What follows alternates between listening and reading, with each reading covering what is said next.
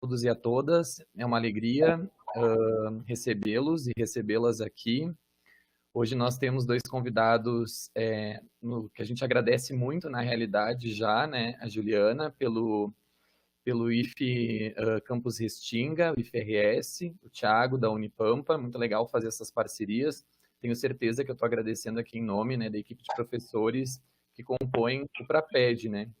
Considerando também esse momento que a gente está vivendo de pandemia, acaba sendo, né, o recurso que a gente tem para utilizar para interagir também, para mostrar que a universidade está produzindo, né, que o conhecimento está circulando, apesar do que a gente está presenciando.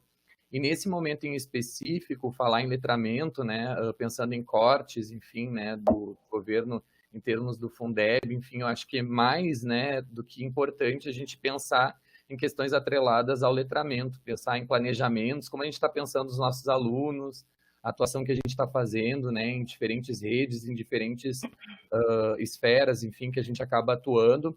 Então, é muito importante, na realidade, ao meu ver, estar pensando letramentos no plural, né, já que é um conceito que hoje a gente já pode pensar relacionado a várias questões, quando a gente pensa em produção de texto, a importância do texto na sala de aula. Então, vou apresentar um pouquinho os nossos convidados. A professora Juliana Batista, professora de Língua Portuguesa e Literatura e Espanhol no IFRS, Campus Restinga, é graduada pela URGS e mestre em Linguística Aplicada pela mesma universidade, pesquisando orientações de letramento de crianças que vivem na zona rural. Foi professora finalista da Olimpíada de Língua Portuguesa, na categoria documentário, no ano de 2019, e uma das 4 vencedoras na categoria Relato de Prática. Juliana, mais uma vez, obrigado por participar e compartilhar um pouquinho, né, os teus estudos e as tuas visões sobre o letramento.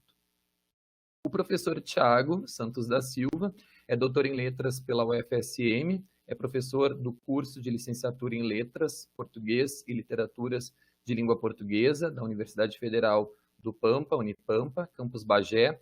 Atualmente atua como orientador do programa de residência pedagógica Unipampa Letras Português, onde desenvolve atividades de pesquisa e ensino relacionadas à reflexão sobre prática docente na educação básica. Mais uma vez, então, Thiago, obrigado, né, por compartilhar esse momento, trazendo as tuas experiências também, né, na Unipampa, as leituras que tu tem sobre o tema. E deixamos os convites a quem está nos assistindo, né, nós temos já a nossa página, nosso site, também no Instagram, nós temos página, no Facebook também. É muito legal, né, trocar ideia com o pessoal nesse momento, enfim, aprender junto.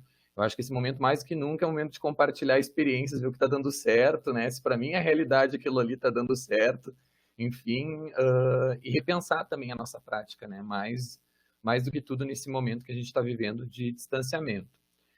Juliana, eu pensei então em tu dar o início, pode ser? Eu vou carregar aqui a tua apresentação e depois a gente passa para o Thiago. Tá bem, pode ser. Então, muito obrigada pelo convite, Marcelo. Boa noite, professor Thiago. Boa noite a todas e a todos. Eu me sinto muito lisonjeada de estar aqui conversando com educadores e educadoras tão comprometidos, né, que estão aproveitando esse momento de pandemia para estar aqui conversando sobre um tema muito importante como esse, que são os letramentos, né, para todos os nossos espaços de formação, para a escola, para a universidade, enfim.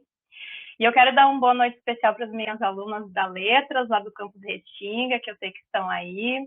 A gente tem um grupo de letramentos sociais, inclusive, desculpa, de pesquisa. Eu sei que elas estão aqui junto comigo. Então, bom, eu sou professora, então, lá do IFE da Restinga, e eu sou professora de língua portuguesa, de literatura, de espanhol, de linguagem, de linguística do espanhol, em diferentes modalidades e cursos, né, no técnico em informática, em eletrônica, no turismo e também na letra. Então, por que eu estou fazendo só listagem, né? Porque é desse lugar que eu quero conversar com vocês hoje, né, de uma professora que tem 7, 8 planejamentos diferentes por semana para fazer, né? E para construir, para dar conta, e que mesmo assim, né, com tudo isso, eu sei que a gente tem essa carga horária muito grande, estamos aqui pensando e sempre se reinventando, né? E construindo juntos. E eu também falo de um outro lugar que eu acho que é um pouco diferente, talvez, que é de alguém que foi agricultora até os 19 anos, numa comunidade rural mesmo, tá? De 200 e pico habitantes, sem internet, vivendo da terra, aquela coisa toda. E em 2016, eu fiz o meu mestrado em Linguística Aplicada e eu desenvolvi uma pesquisa justamente sobre letramentos sociais de crianças que vivem na zona rural, né?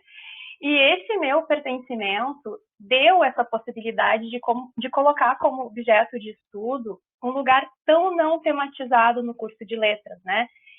E se não é tematizado, a gente sabe que já é uma escolha, né? O que se ensina quando a gente não ensina, que é justamente o título de um artigo muito interessante, escrito pelas minhas então colegas de mestrado, Janaína Conceição e Caroline Neves. Eu sugiro muito a leitura.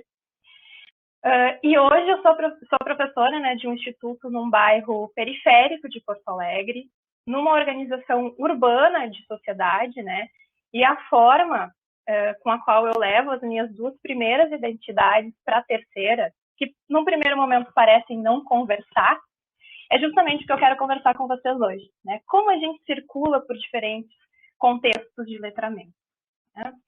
E aí eu já introduzo o assunto, porque o tempo é curto e o assunto é longo. A gente veio falar de letramento. Esse conceito, né, dentro dos novos estudos de letramentos, ou dos estudos de letramento aqui no Brasil, eles se remetem a práticas sociais de leitura e de escrita localizadas dentro dos grupos sociais, né? Como cada grupo social interpreta a escrita, se movimenta, né, em relação às práticas de leitura e escrita nas suas vidas, né? E por isso que justamente a gente usa o termo no plural, o S, né? Porque o S ele diz dessa pluralidade, né, de práticas e de grupos. E ajuda a gente a lutar justamente contra um letramento hegemônico, né? A visão de uma leitura e de escrita como ações descontextualizadas, como se elas estivessem dentro da cabeça das pessoas, né? Um conjunto de habilidades cognitivas individuais. Nada a ver com interação, né? Como se cada um nascesse com esse conjunto de habilidades e é isso, né? Esse é o seu destino. E a gente não entende dessa forma, né? Então, eu julguei interessante trazer para vocês, nesse primeiro momento, essa pesquisa, porque eu considero que um dos pontos importantes dela é justamente reforçar uma desmistificação do déficit de conhecimento das populações rurais. E isso está muito interligado com o letramento, né? Com a visão que a gente tem de como a escrita circula por essa sociedade, por esse grupo social, né? Então, a gente imagina as pessoas correndo felizes, todo mundo satisfeito e tal, mas sem escrita. Será que é bem assim? Então, Celo já está ali, né, o slide 1, e eu quero apresentar, pode deixar no primeiro.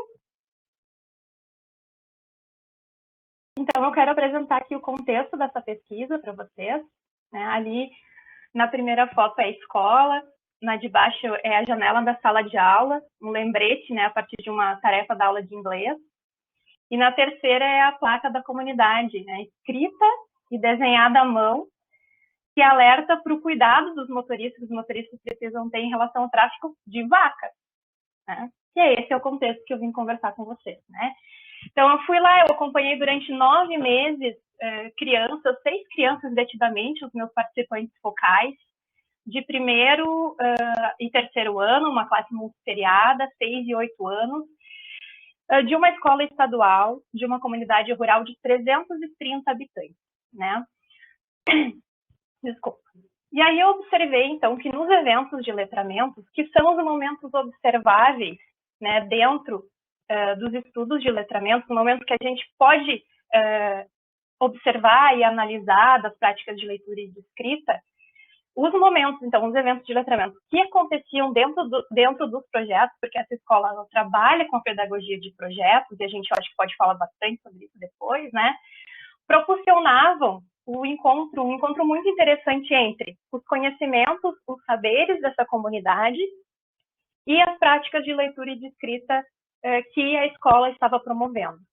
Então, justamente, né, vejam, nessa escola, nesse grupo social que a gente pensa, mas lá certos professores nem estudam, as pessoas nem lidam com a leitura e com a escrita. Justamente numa escola pequena, de nem 100 estudantes, eu encontro um modelo de escola democrático, sensível, que olha e constrói seu currículo. O currículo é todo construído com base em quem são aqueles sujeitos, na constituição sócio-histórica. E a gente vê daí ali uma possibilidade da escola ser diferente, né? Então, nesses projetos, o que acontecia? Tinha um ciclo: escola, comunidade. E se uma não respondia o que a outra estava propondo, os projetos eles não iam para frente. Então, tinha uma relação de confiança entre a escola e a família, entre os letramentos que a escola estava propondo dentro dos projetos e o que os saberes daquela comunidade poderiam, né, propulsionar desses projetos. Pode passar, Celo? Então, eu quero falar um pouquinho com vocês assim, sobre como é que isso se dava na prática, né? O que eu estou falando aqui de uma forma geral, como é que acontecia, né? Então, a escola tem um projeto chamado Vida no Campo. E esse projeto está ali do ladinho, né? O PDF todo, eles tinham um planejamento todo detalhado, com objetivos, justificativa, referências, né? E, então, o objetivo desse projeto Vida no Campo era justamente resolver, junto com a comunidade, os problemas e encontrar soluções alternativas junto. Um problema, por exemplo, né, era o fato de a monocultura do fumo ter sugado a agricultura familiar, né, a pluralidade de culturas plantadas. Então, aquela comunidade não tinha mais uma roça de feijão, de aipim, de batata, de vagem. Tinha uma que outra, mas eles estavam... a monocultura, ela justamente chega como um discurso único também, né? E aí, isso, pela visão da escola também, porque a escola ela faz essa coisa de eu acho que a gente precisa trabalhar aqui, porque a gente entende que se a gente não planta, a gente está lidando com a soberania alimentar, que é uma questão que a gente está discutindo muito hoje, inclusive, né? Então, a escola entendia que isso empobrecia essas agricultoras e esses agricultores socialmente, né, do ponto de vista social, economicamente, do ponto de vista até das experiências e da própria resistência desses agricultores e dessas agricultoras, né? Então, ali, a gente tem, né, nesse cantinho de cá, as crianças esperando o início do projeto. E essas crianças trabalhavam do pré ao 5º ano, num sistema muito interessante de tutoria também, né? Então, os menores que estavam iniciando a escolarização já estavam juntos com os do 5º ano e às vezes do 9º ano, que era o turno da tarde, o turno dos grandes, né? Eles estavam juntos aprendendo. Pode passar, Céu.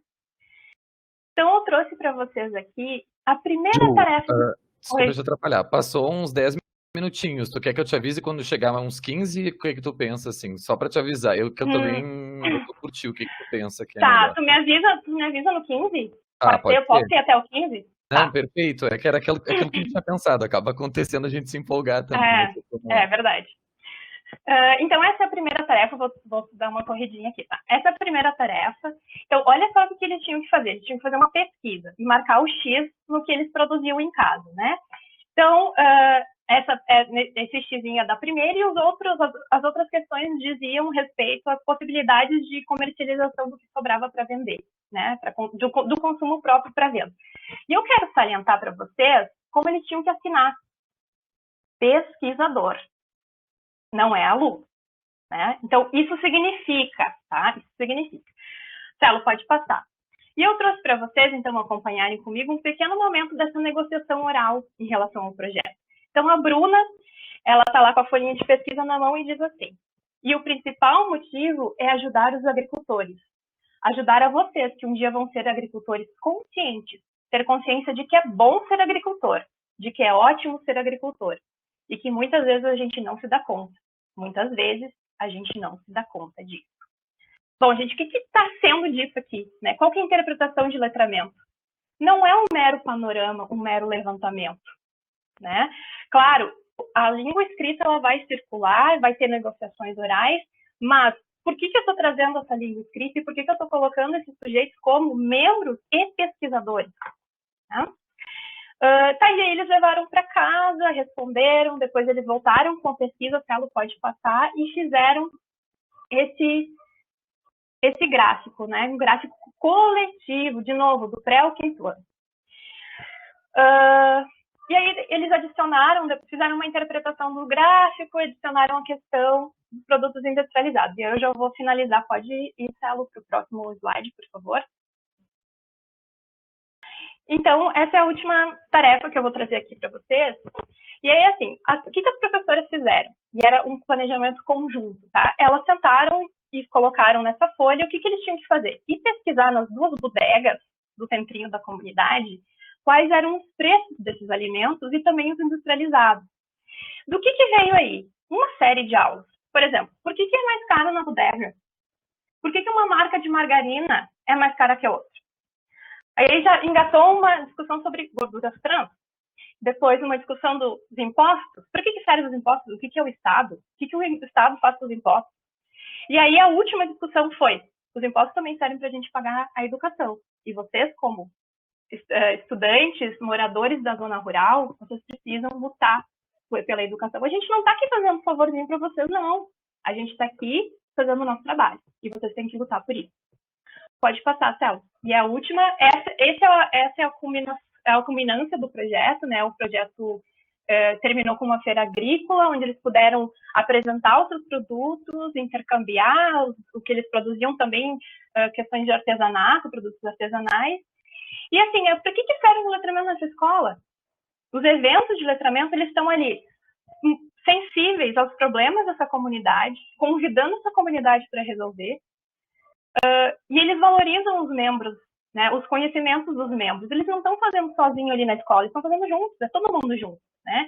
Então, aumenta, e também trabalha com letramento, porque aumenta esse repertório de ser pesquisador, ser agricultor e ser cidadão do mundo. Eu não fico só, né, na minha comunidade rural, eu vou ampliando. Então, esse não é um letramento associado, alinhado a um letramento hegemônico, né? Não é um letramento só para passar de ano. É um letramento para viver a vida. E acho que eu finalizo aí, teria umas coisas para falar, mas é bem isso. A gente vai se empolgando e depois a gente conversa mais um pouco. Obrigado, Juliana. Tiago, vou carregar a tua apresentação aqui, então.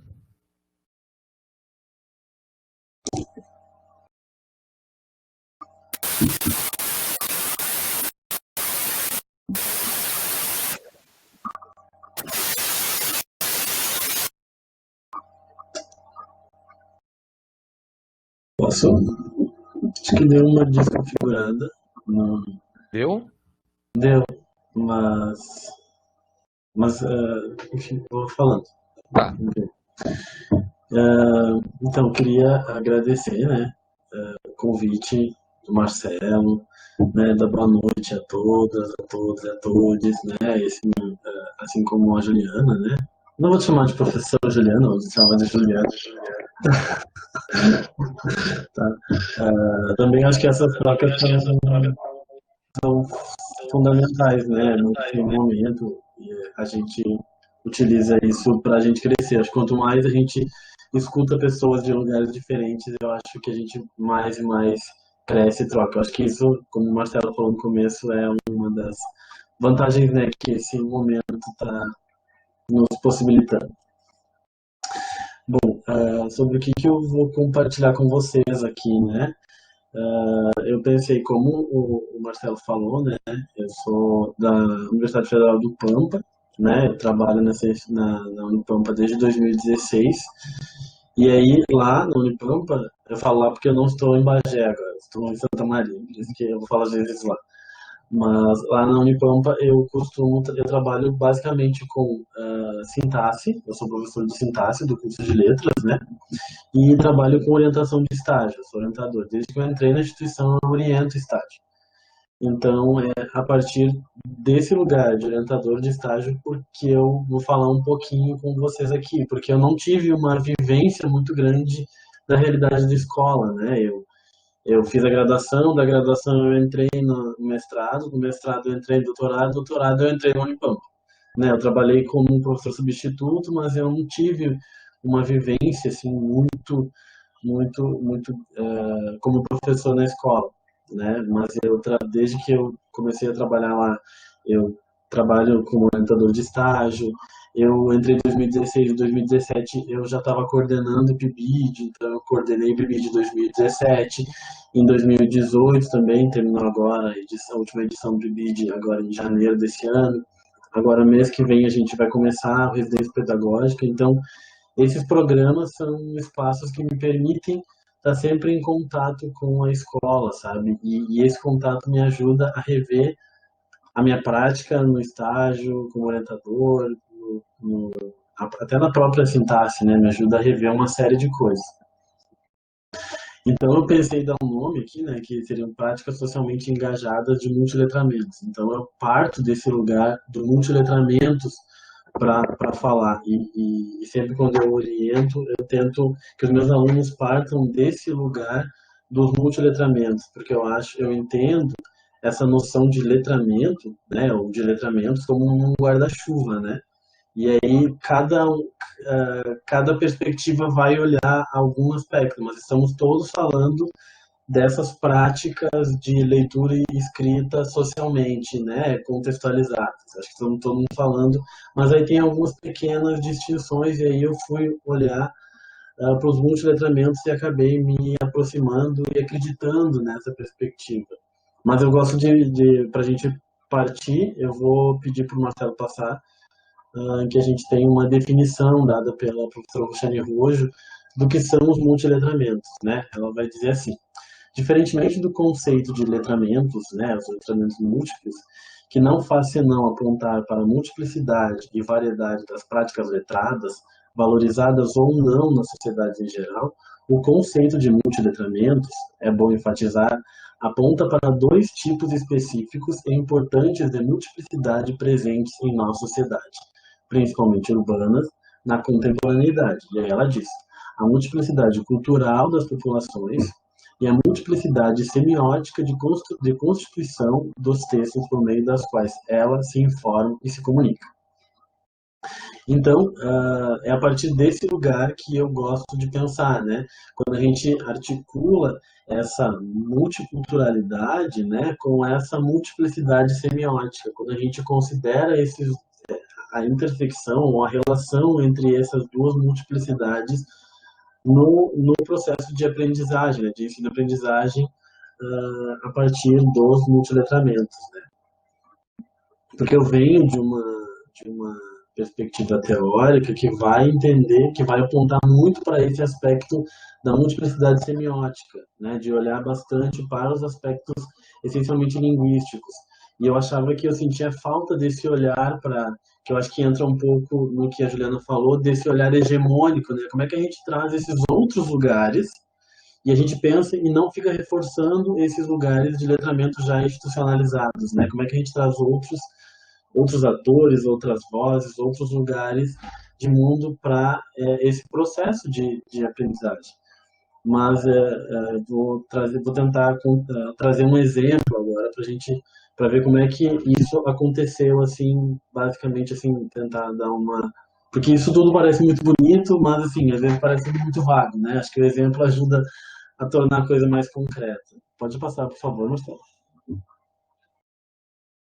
Então, o caso que eu vou contar para vocês aconteceu ano passado, durante um estágio supervisionado, né, de uma orientanda minha. Como é que funciona o estágio lá na Unipampa? Tem dois, no meu curso, né?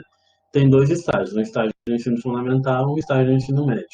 E aí eu sempre peço para que eles escolham, a gente utiliza a sequência didática, né, proposta pela Escola de Genebra, né, do Lee, e aí eu sempre peço para que os meus orientandos eles escolham um gênero ou um tema para trabalhar, né? Eles têm 20 horas de prática e aí eles têm que essas 20 horas têm que se organizar a partir de um tema, um gênero ou da relação entre os dois, né? E aí então essa minha aluna, ela queria trabalhar ela escolheu um gênero, ela queria trabalhar o gênero conto. E aí a gente montou a sequência didática sobre o gênero conto, né? tinha momento de leitura, tinha momento de produção, estava tudo certo a sequência didática dela. Aí ela deu uma aula, uma semana das aulas, a professora chegou para ela e disse assim, olha, tu vai ter que mudar o teu projeto, porque a coordenadora de educação pediu para que a gente trabalhe com a territorialidade negra na cidade de Bagé, e eles têm que produzir alguma coisa para ser apresentada na Semana da Consciência Negra no final de novembro. E aí a aluna ficou desesperada e disse, eu vou desistir porque eu não sei mais o que fazer, porque mudou todo o meu plano. E aí eu disse, não, calma, vai dar tudo certo. Aí, né, a gente veio, e aí a gente começou a pensar, eu comecei a fazer ela pensar, né. Daí eu disse, tá, mas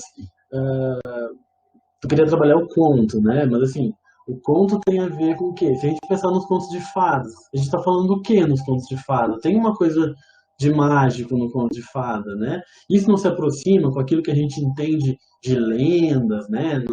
Não são exatamente o mesmo gênero, mas tem alguns princípios que se aproximam, né? E daí eu comecei a falar assim, não, quem sabe a gente olha para algumas figuras míticas, né, aqui de Bagé. Será que não tem pessoas negras? Será que não tem histórias de população negra aqui, mágica? E aí então ela foi atrás. E aí então ela começou a pesquisar essas figuras míticas assim de Bagé negras, tinham que ser pessoas negras, né? Então aí aí ela acabou mudando, né, o tema para territorialidade negra em Bagé, e o gênero textual que ela trabalhou foi a lenda. Pode passar, por favor. E aí, então, a partir dessa pesquisa, conversando com pessoas mais velhas, ela chegou a 3 figuras, assim, que são bem emblemáticas em Bagé, que é o Adão Latorre, né, que foi um militar, um degolador, que tem a história de que ele matou mais de 300 soldados durante a Guerra Federalista. E aí, quando ela começou a trazer isso, que foi no interior de Bagé, que todo mundo conhece essas histórias, assim, porque meu avô contou, porque... E aí isso começou a chamar muito a atenção dos alunos, assim, eram assuntos que eles já conheciam e que eles já tinham ouvido falar no bairro, mas que não era valorizado na escola, né? Não era uma história que tinha, por exemplo, no livro didático, né? E aí eles começaram a ficar muito interessados, eles queriam ir, porque tem uma história da lagoa onde isso acontece, né? Que tem uma lagoa que ela é assombrada, que o último soldado que o Adão Latorre matou, ele era um músico que tocava clarim. E aí então dizem que todas as noites toca o clarim do músico, né? Aí ela também, mas tudo isso trabalhando, e o interessante foi que quando ela trabalhou com a Adão Latorre, ela conseguiu, por exemplo, fazer uma distinção entre o texto, porque essa é a lenda do Adão Latorre, né? Mas os dados históricos dizem que essa noite sangrenta de Gola foram, assim, no máximo 30 pessoas que ele matou, sabe? E aí, então, ela pegou a lenda e aí ela comparou com esse documento histórico, né? E para ver, assim, quanto é diferente, assim, que na realidade são duas verdades que estão postas ali, né? Uma verdade que é ficcional, que é lenda, e uma verdade histórica, né? São duas formas de ver esses fatos. E aí sempre trabalhando com essa ideia da lenda. Aí depois ela trabalhou com o príncipe Custódio, que foi um príncipe que veio da África, que morou em Bagé durante muito tempo e que ele é responsável por organizar e ampliar, sistematizar as religiões de matriz africana, especialmente no sul do sul do Rio Grande do Sul. Ele sistematiza, então ele tem um grande peso, não só em Bagé, como na região, e aí também é ele que é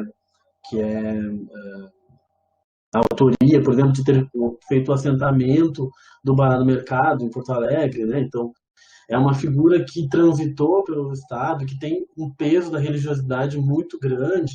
E aí, o que eu queria que ela destacasse com eles, assim, para além do aspecto religioso, né? Mas é o quanto tem sempre, a lenda sempre traz um aspecto de mistério, né? E aí ela passou um documentário sobre o Adão Latorre, que fala do Bará do Mercado, que diz assim, que já se tentou muita coisa no mercado público, né? Ele já pegou fogo, já aconteceu tudo, mas ele nunca é destruído, né? Já cavocaram para tentar achar o Bará do Mercado e ninguém nunca achou nada, né? Então tem essa coisa do místico, assim, do fantasioso, que para ela era interessante. E aí a terceira figura que ela estudou foi o Preto Caxias, que que era um militar também, em Bagé, e ele é conhecido como Mão Preta, porque quando a princesa Isabel, conta a história que quando a princesa Isabel foi a Bagé, ela apertou a mão dele, então ela apertou o Mão Preta, né? E aí então tem toda essa ideia. E aí tudo isso foi muito assim, os alunos começaram a ficar muito interessante porque, por exemplo, o Príncipe Custódio, ele tem um castelo em Bagé. E aí os alunos não sabiam que aquele castelo que eles passavam todo dia era a história de um príncipe que veio da África, sabe? Havia um processo de reconhecimento deles ali, daquela história, daquela realidade, muito grande. E aí, então, e aí isso sempre trabalhando com os aspectos de reconhecimento do gênero, né? Não perdendo de vista o trabalho com o gênero lenda, então eles fizeram análise, fizeram estudo, e aí, então, quando chegou o momento da solicitação da escrita, o que ela fez? Ela tinha ouvido falar, porque em Bagé a gente tem muitas casas antigas, né? E aí em Bagé as casas, elas têm os respiros, sabe? Que são umas janelinhas muito próximas à calçada. E aí, em algum lugar ela viu, alguém disse para ela que aquilo ali servia para as pessoas escravizadas que moravam nos porões conseguir respirar, né? Assim, não tem. E aí depois ela disse, professor, será que isso é verdade? Será que isso é real? Eu disse, isso não importa se isso é verdade ou não. O importa é que está posto em algum lugar né, na sociedade de que aquilo ali era. E aí, então, a solicitação foi, ela trabalhou com fotografias dos alunos e ela tinha que fotografar esses suspiros, e a partir disso, eles tinham que criar lendas de situações acontecendo naqueles espaços, nesses porões, né? E aí tinha alguns critérios, tinham que ser pessoas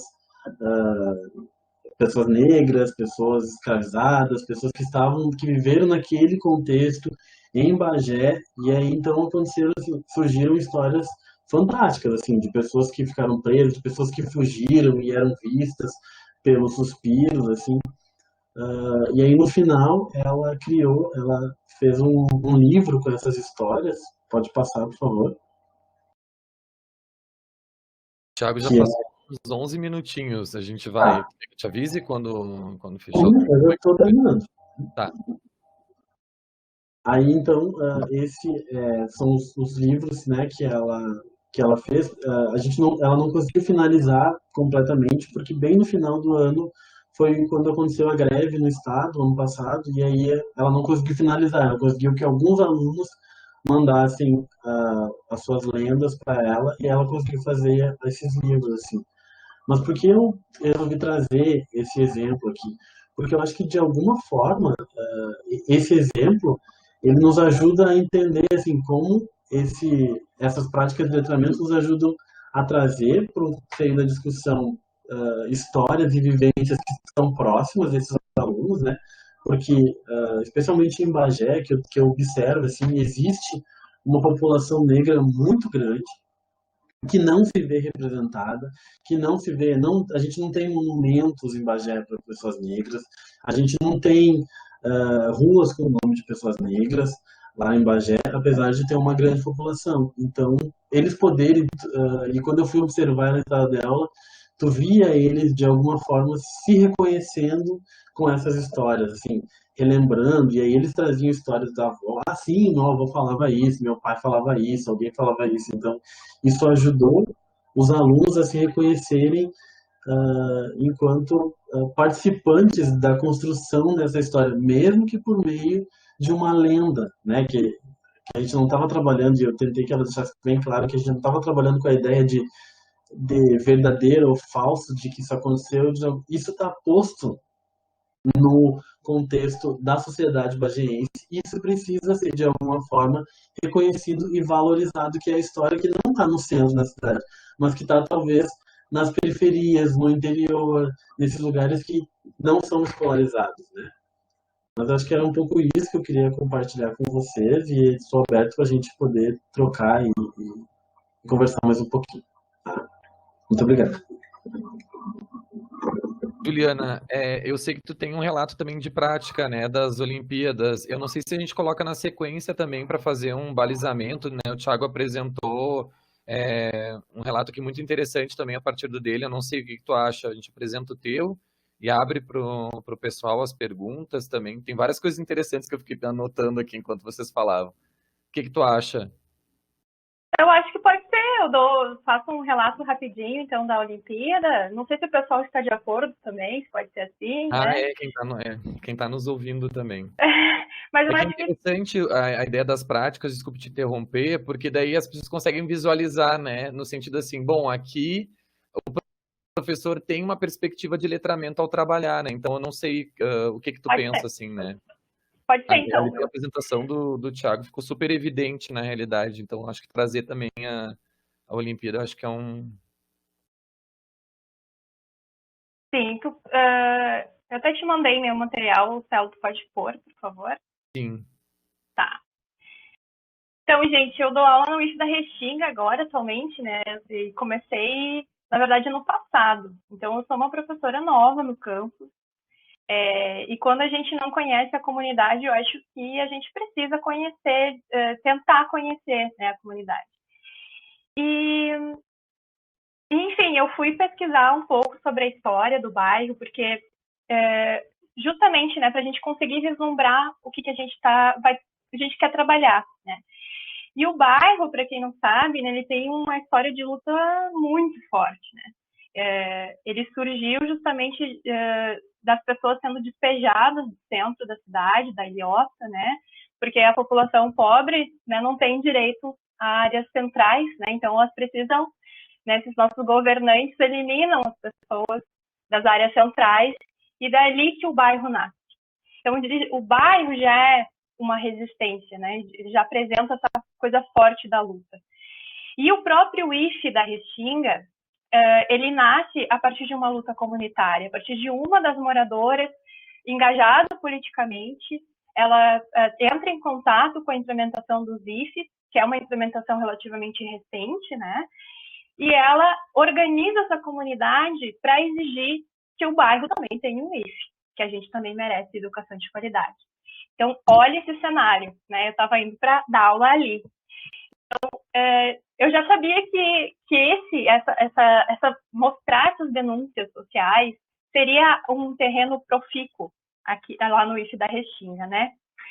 E aí, depois que eu conheci a minha turma de técnico em lazer, e depois de ler a pesquisa que eu fiz com eles, porque eu sempre faço uma pesquisa de interesse, assim, o que tu quer aprender na disciplina de linguagem, afinal de contas? Qual que é a tua relação com a linguagem? Né? E aí ali eu vi que eles estavam super atentos a essas temáticas sociais, eles gostavam dessa coisa da conversa. Então o cenário estava meio pronto, né? E a OLP, ela é uma competição, né, de textos tanto orais e escritos, pode passar, Celso? Que acontece de 2 em 2 anos, né? Uma parceria do MEC com o Itaú Social, né? Que somente escolas públicas podem participar, né? E ano passado foi a primeira vez da categoria documentário.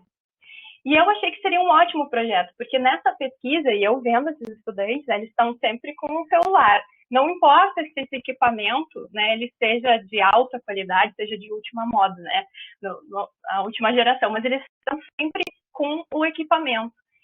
E também me disseram que curtiam muito mexer nessa coisa de edição do audiovisual, né? Então, e a temática da Olimpíada de Língua Portuguesa é o lugar onde vivo, né? Então, acho que isso já dá bastante pano para manga, né? Pode passar, Celso.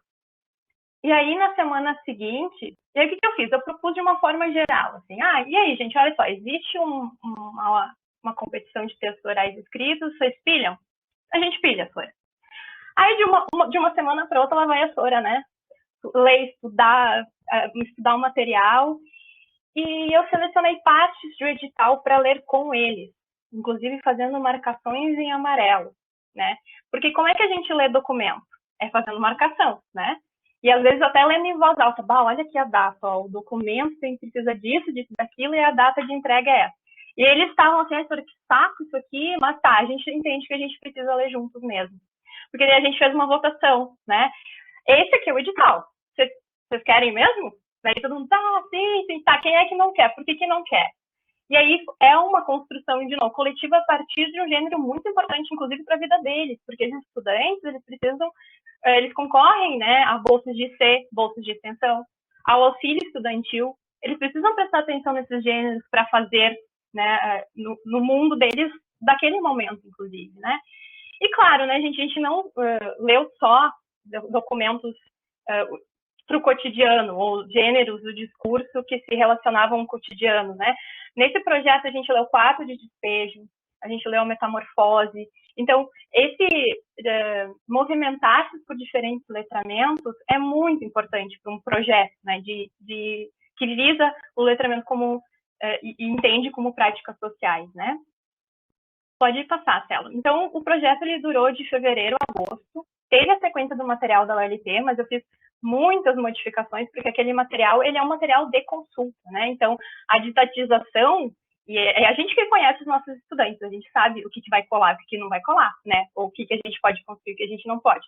Por isso que é importante, né, esses momentos, para que a gente analise, porque a gente não quer manual, a gente quer pensar sobre a coisa, né?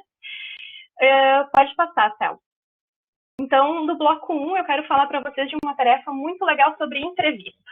Eu cheguei na sala e eu escrevi essa frase aí que está aparecendo para vocês, que estava inclusive na parede da minha casa, quarentena, eu pintei. Que é, mais importante do que saber responder é saber perguntar. E assim eu iniciei a aula de como se faz entrevista.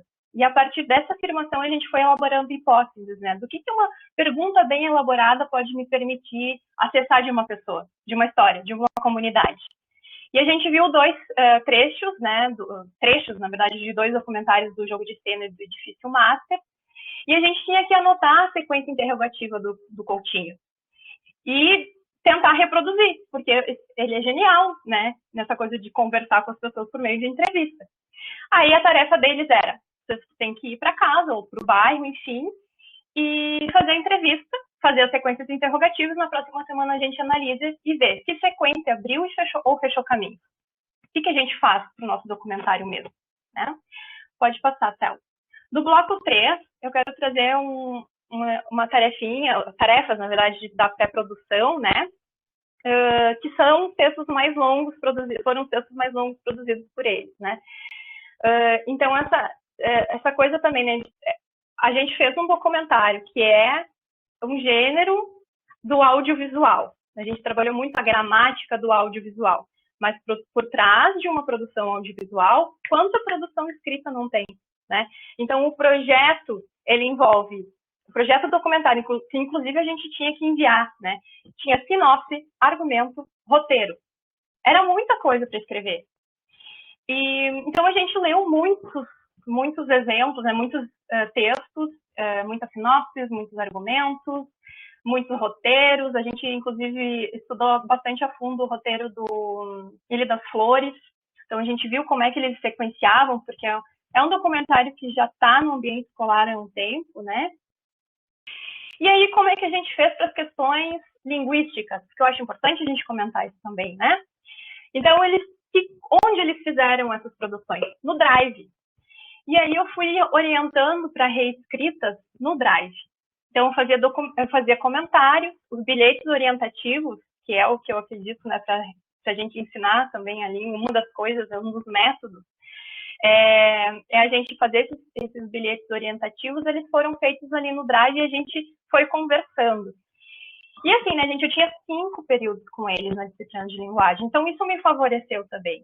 Além disso, eles estavam ficando no contraturno, e eu estava com eles no contraturno. Então a gente estudou língua, a gente estudou vírgula, conjunção, os efeitos, né, os impactos do presente. Uma sinopse tem que ser no presente, tem que ser no passado. Como é que a gente coloca isso ali, né, para chamar a atenção, para que aquele leitor leia a minha sinopse até o fim e veja o meu documentário, né?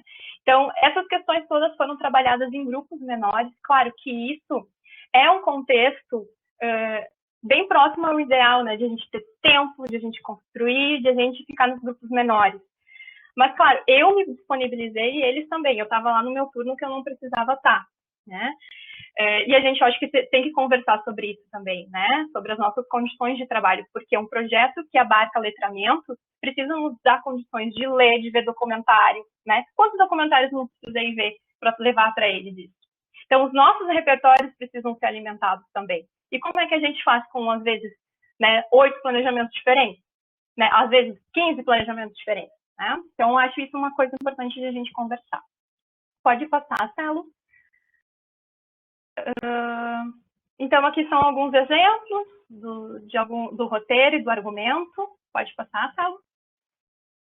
Esse aqui é a sinopse que elas publicaram, né, nesse livro aqui, que saiu um livro da ULT. Então, elas com 14 e 15 anos têm um livro, gente, ó, lançado, com capa dura e tudo. Pode passar, Celo. Então, eu acho, né, gente, que para desenvolver esses letramentos, a gente precisa pensar numa aula de português para construir e fazer coisas no mundo, né, também. E também por meio da língua escrita, língua oral, língua escrita. Então, a gente precisa fazer essas movimentações, né? E eu sei que a gente está procurando como fazer. A gente tem essa discussão há muito tempo, mas a gente está aqui justamente discutindo mais sobre essa ideia, né? Então, é mais ou menos isso. Da Olimpíada, acho que corri bastante, mas acho que consegui dar uma ideia, né? Não, foi muito bacana, Juliana. Eu acho que até dá para a gente compreender melhor, assim, né? O professor, quando ele tem em vista o letramento, como ele pensa a atividade dele, né? Eu acho que isso ficou muito latente, assim, no teu relato e no do Thiago também, quando ele pensa no trabalho, né, sobre lenda. Eu acho que a gente pode abrir para o pessoal começar a interação e fazer pergunta. Eu fiz algumas anotações também. Não sei se vai ter uma pergunta imediata aqui para colocar. Do contrário, a gente vai... Vocês me veem? Sim. Eu não vejo vocês. Não tá vendo? Não. Tenta fechar de novo a câmera, Thiago, e voltar. Às vezes acontece, comigo acontece também, às vezes eu não enxergar. Talvez seja isso. Eu vi que teve uma hora que tu saiu e voltou.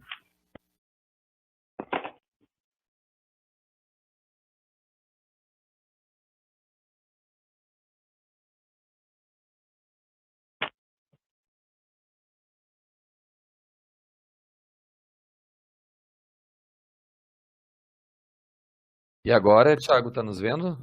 Não, eu só me vejo. Será que eu saio e volto? Acho que dá para tentar fazer isso, sim. Tá.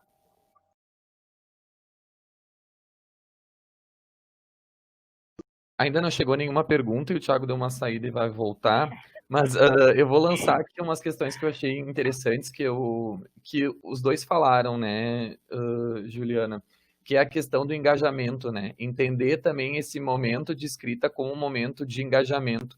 Eu acho que a gente tem uma ideia que é muito reproduzida ainda na questão da escrita como instrumento avaliativo, né? Então a gente toma aquela escrita, aquele texto, como um entendimento, um fechamento de trabalho. Por exemplo, assim, eu trabalhei tal questão, né, um determinado projeto, e aí se encerrou nesse texto. Mas o quanto esse texto carrega de engajamento também dentro da atividade, porque é normal, eu acredito que todos os professores aqui de língua portuguesa ou de outro componente curricular, quando pediram para ir para o papel, né, o texto sempre é aquela pergunta, tem que escrever, então estava tão legal discutir, estava tão legal ver o filme, estava tão legal fazer as outras atividades, por que a gente tem que escrever ou fazer o registro da escrita, né? Então, a escrita que acaba sendo, digamos assim, esse registro de língua tão excludente na nossa sociedade também, porque a gente sabe que a gente vive numa sociedade que a escrita pode ser usada como arma para excluir, né? Vamos pensar em leis, outras questões, por exemplo, que as pessoas leem e não entendem, né? Inclusive pela variação linguística que se adota, ela acaba sendo enfadonha e pesada para o aluno também, né? Então, acho que quando a gente considera o letramento e pensa na prática social, isso acaba ficando bem evidente. A Denise pergunta se vai ter acesso à gravação. Sim, Denise, vai ter a gravação e a gente vai disponibilizar. Eu abro também para o pessoal que está nos assistindo aqui fazer as perguntas, né? A partir do que colocado.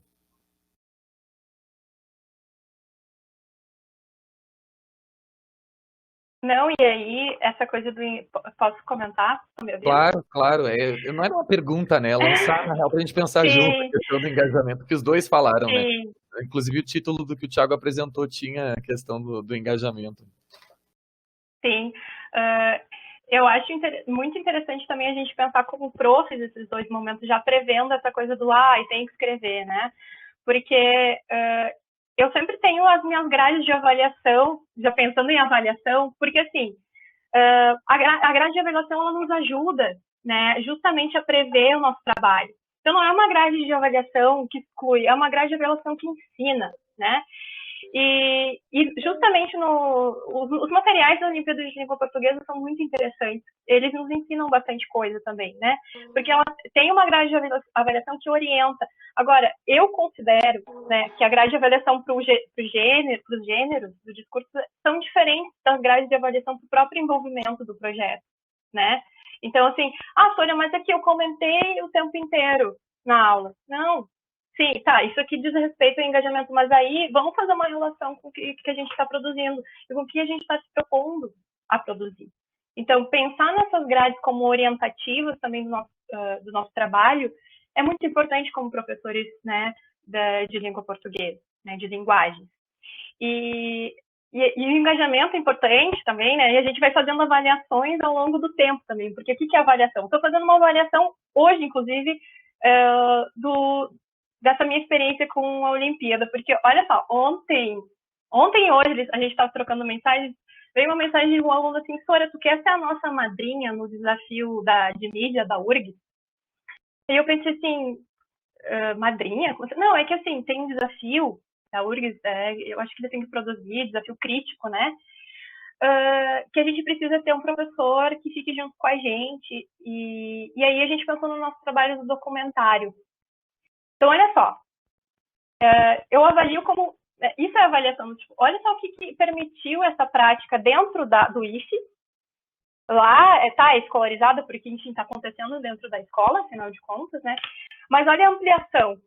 Agora eles querem concorrer a um desafio de mídias digitais, tem a ver com audiovisual, estão na URG já. E não foi porque eu disse para eles, gente, olha só, existe isso aqui.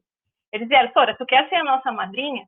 Então, isso também é avaliar o engajamento, né? Porque, pode ser que eles estejam engajados por conta, mas tem a ver, né, o trabalho. Dá pra gente associar o trabalho que a gente fez no ano passado, porque ele mesmo materializa isso. Porque a gente trabalhou com um documentário, a gente está vindo te procurar de novo. Aproveitando essas questões que a gente estava debatendo antes, a Gabriela faz uma pergunta interessante. Vamos dar início, então, às perguntas, né? Eu não sei o que vocês acham. Será que eu leio uma sequência e a gente responde? O que vocês pensam para não ficar muito... Às vezes a gente consegue contemplar, né, em mais de uma pergunta, uma resposta, assim, também. Eu vou ler 2, 3 perguntas e a gente vê se dá para casar ou não, pode ser? Aí vocês vão dizendo também. A pergunta da Gabriela é: dá para dizer que o letramento é um conceito em disputa? É interessante aí já lançar essa pergunta. O Bruno, eu acho que ele colocou uma questão aqui, mas não como pergunta, né? Ele fez um comentário, acho que diretamente aqui a tua fala, Ju, bem interessante de ser lida também. Ele é morador do bairro do IFE, né? Eu não sei, eu tô tentando ler rápido, Bruno, desculpe. Se for uma pergunta, tu dá um alerta aqui que eu leio como pergunta. Agora eu vi como é difícil mediar. Eu achei que falar era difícil, mas mediar também é. A Fernanda comenta aqui. Tem pergunta da Fernanda que eu já vi pelo ponto. Adorei, pessoal maravilhoso. Poderiam comentar um pouco mais... é um comentário, o Bruno colocou aqui. Tá, vou voltar para a Fernanda então. Adorei, pessoal maravilhoso. Poderiam comentar um pouco mais o que pensam acerca da potência das narrativas contra-hegemônicas para os processos de letramento? A literatura é um caminho, considerando seu potencial mnemônico, questionador, além das literaturas que emergem da oralidade. Então, eu acho que a gente pode lançar essas 2 perguntas iniciais ali, né? A da Fernanda e a questão da literatura como potência também, e a questão das narrativas contra-hegemônica, e se o conceito de letramento é um conceito em disputa, né? Gente, pesadas perguntas e recém é 6h57 da noite. Perguntas para maiores. Então tá, vamos deixar aí a Juliana e o Thiago responder.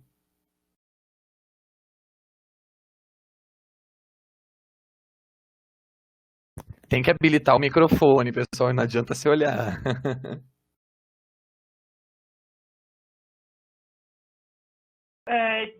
Bom, eu acho que com certeza é em disputa, né?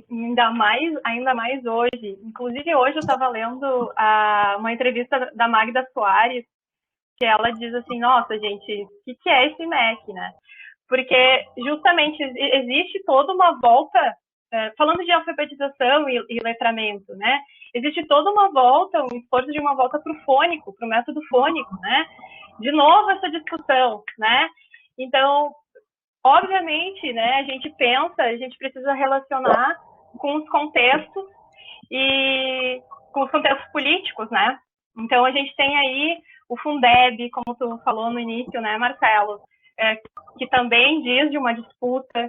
A gente tem a própria BNCC, a gente tem a exclusão do espanhol, a gente tem uma produção de uma diretriz curricular de ensino bilíngue que só abarca o inglês, né? Então, os letramentos eles também entram, né, a serviço, né, dessa visão completamente contrária de sociedade que a gente quer construir, né? Que a gente está lutando aqui, que a gente está conversando aqui o tempo inteiro hoje, né? Eu estava vendo uma fala, eu não sei quando foi, mas do professor Wagner Silva, em que ele fazia um estudo assim de como os documentos do MEC, inclusive assim, há uma tentativa de apagar essa expressão letramento e se utilizar, por exemplo, literacia no lugar, né? Assim, e não no sentido de literacia, não entendendo como letramento, mas como o Marcelo falou, essa ideia de se associar muito mais à ideia da alfabetização, e não que a alfabetização não seja importante, ela é, e ela tem um momento para isso. Estou com Tiago, algum problema com a câmera, né? a câmera sumiu, mas dá para te ouvir. Tá, não estou conseguindo habilitar. Então ele falava justamente sobre isso, assim, né? Que realmente é um conceito em disputa, né? Tem uma série de questões envolvidas nisso. Então, há uma disputa de poder por esse lugar, né? Continua E me isso ouvindo? vai, sim. Não, eu só lembrei agora, né? Isso vai interferir nessas políticas públicas, né? A gente tem hoje o PNLD Campo. A gente foi uma conquista o PNLD Campo, né? Relacionado muito às lutas do MST. O MST tem um papel muito importante na educação do campo, né? E hoje, o que acontece?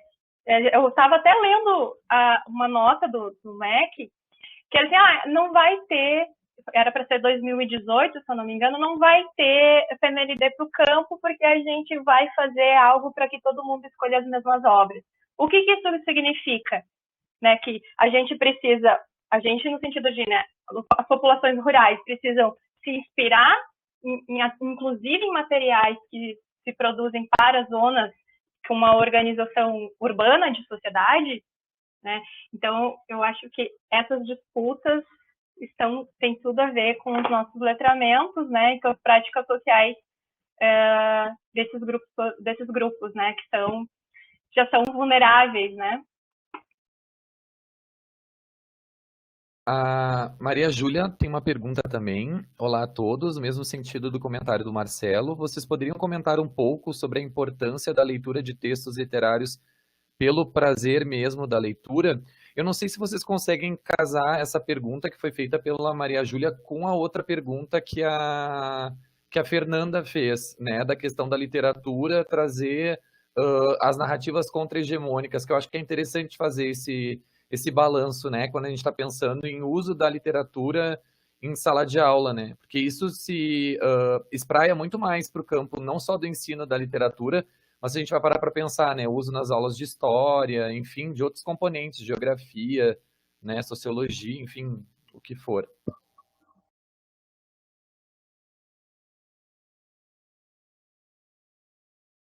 tô ainda tentando. Eu perdi vocês de novo, Agora foi, Thiago, voltou. mas eu perdi vocês de novo da tela. A pergunta, vocês conseguiram entender onde eu tentei casar aqui? Eu acho que a Fernanda deu um beleza aqui para mim, porque eu acho que eu consegui casar as duas perguntas. Vocês conseguem... querem que eu repita, mais ou menos?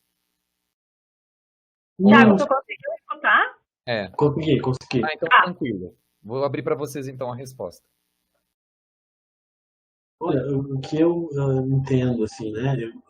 Eu tendo sempre a olhar para essas narrativas, né? Que são, enfim, que a gente pode chamar de contra-hegemônicas, né? Porque eu acho que isso possibilita, de alguma forma, a gente não chamar atenção, mas assim, despertar esse primeiro interesse, né? Esse olhar inicial, assim, né? Eu tô falando assim, é sempre bom lembrar assim, que eu olho a partir do olhar do estagiário, né? Porque eu não estou efetivamente em sala de aula. É como eu tento ver para auxiliar esse meu aluno, mas eu sempre acho interessante pensar nessas narrativas como uma forma de valorizar essa produção e entender que há um trabalho tanto de linguagem, né, porque não é uma literatura menor, uma literatura que eu vou começar por ela num cano, mas que há um trabalho com língua, que há um trabalho que deve ser valorizado e estudado e analisado tanto quanto uma literatura mais hegemônica, vamos assim dizer. Não sei se eu consegui responder. Eu vou no caminho do que o Thiago falou, né? Quando eu levei Quarto de Despejo para a gente ler, para a gente falar sobre documentários, né? A gente trabalhou com questões, né, de linguagem literária, né, metáfora. A Carolina Maria de Jesus faz metáforas incríveis, né? A fome, né, a cor amarela que a fome dá, a favela como quarto de despejo da cidade. Então, todas essas questões, elas nos caminham para isso, né? E, claro, o documentário, ele tem esse tom também poético, também literário, são diferentes tons, e isso diz também de diferentes movimentações nos diferentes gêneros do discurso, nessas literaturas, né? Então, foi uma etapa muito importante a gente analisar de uma forma, né, literária também o que a gente, o Quarto de Despejo, o que a gente poderia, né, aprender com o fazer literário da Carolina Maria de Jesus, né? E também essa questão da própria escrita, o que ela fazia, né, com a escrita, né, que é essa coisa também da denúncia social, que a gente conversou bastante na produção dos documentários. Então, toda essa construção, ela precisa existir, né? Nossa movimentação por diferentes gêneros precisa existir porque é essa a riqueza, né? É assim que a gente vai construindo esse conhecimento que é complexo, né? E que a escola, na verdade, se propõe a chamar o estudante para olhar para esse conhecimento complexo de diferentes gêneros, né? Enfim, dos cotidianos, da literatura, né? Gêneros utilitários, enfim. E eu acho que, finalizando, a Carol falou assim do tema, né? Nossa, o tema é chave, né? Acho que o tema é o grande guarda-chuva, né, para a gente começar um projeto. E claro, né, gente, a interdisciplinariedade. A gente fala, né, de novo, voltando a essa coisa do conhecimento complexo. O conhecimento, ele é difícil de ser construído no sentido de ele tem muitas facetas, né? E como a ajuda dos diferentes, né, dos multiletramentos e dos diferentes olhares das áreas, como isso muda, né? Por exemplo, nesse projeto dos documentários, imagina se eu tivesse colegas do teatro, da música, enfim, que me ajudassem nisso, né? Mas a gente sabe que a gente tem uma escola pública com determinadas condições. Já esse projeto os projetos da Escola do Campo, eles são todos interdisciplinares. Eles têm a pedagogia de projetos, a docência compartilhada. Então, são conceitos extremamente, com muito estudo, né? O conceito de escola deles é a partir de estudo profundo sobre o que é uma escola, o que é uma escola do campo, né? Então, eu aprendi muito fazendo essa pesquisa, né? E aprendi como também pode ser feito na prática, essa coisa da tutoria dos alunos do pré ao 9º ano, como é que a gente faz, inclusive a escolha das gradações das tarefas. Né? O que dentro desse projeto seria uma tarefa para pré, para 1º ano, para 9º ano, né? Isso também é importante. Quais são as exigências desses textos que eu posso apresentar para cada ano, né?